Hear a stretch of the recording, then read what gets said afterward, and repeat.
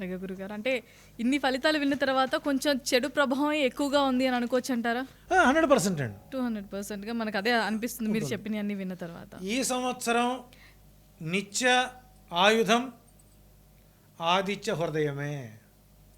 ఆదిత్య హృదయం చదువుకున్న వాడికి ఆత్మస్థైర్యం పెరుగుతుంది, ఎలాంటి వాటినైనా సరే అధిగమించే పరిస్థితి కనబడుతుంది. అంటే దీనికి తోడు షష్ఠగ్రహ కూటమి అని చెప్పేసి పోయినసారి వచ్చినప్పుడు మనకి కోవిడ్ అటాక్ అయింది, మరి ఈ సంవత్సరం కూడా ఉంది, దానికి సంబంధించి ఏమంటారు? 1905లో వచ్చింది ఇట్లాగే. ఓకే.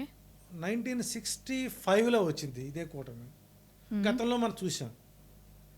ఇక్కడ ఈ సంవత్సరం ప్రకృతి వైపరీత్యాలు ఒకటి, మన గత అంశాలు చెప్పాం, కంటికి సంబంధమైనటువంటి ఇబ్బందులు ఎదురయ్యేటువంటి వైరస్ ఒకటి ఉత్పన్నమవుతుంది, కంటికి సంబంధించింది. అది కూడా తప్పనిసరిగా మృగశిర కార్తెలోనే ఆరంభమవుతుంది. అంటే మనకు రోహిణి మృగశిర అంటే తొలకరి వర్షాలు పడేటువంటి సమయంలోనే.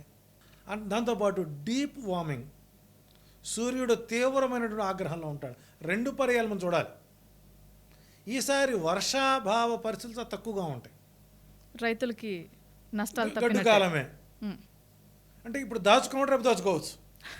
అంటే సముద్ర తీర ప్రాంతాలు ఎప్పుడైతే భీకరంగా ఉంటాయో జన నష్టం. గతంలో మనం లాస్ట్ ఇయర్ వర్షాకాలం చూడటం మనకు ఆంధ్రప్రదేశ్ కృష్ణానది పరివాహక ప్రాంతం దెబ్బతిన్నాయి.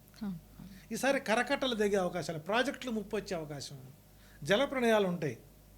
ఎందుకంటే మీనం అనేటువంటిది జల సంబంధమైనటువంటి రాశి. ఓకే. అందులో శుక్రుడు ఉన్నాడు, చంద్రుడు ఉన్నాడు. రెండవది శుక్రచంద్రుల యొక్క మేళవింపు. మీనరాశిలో శుక్రచంద్రుల యొక్క మేళవింపు వలన పెళ్ళైనటువంటి 3 నెలలు కనుక ఎటువంటి విభేదాలు లేకుండా కనుక వారు సంసారం చేస్తే వారికి వివాహరత్న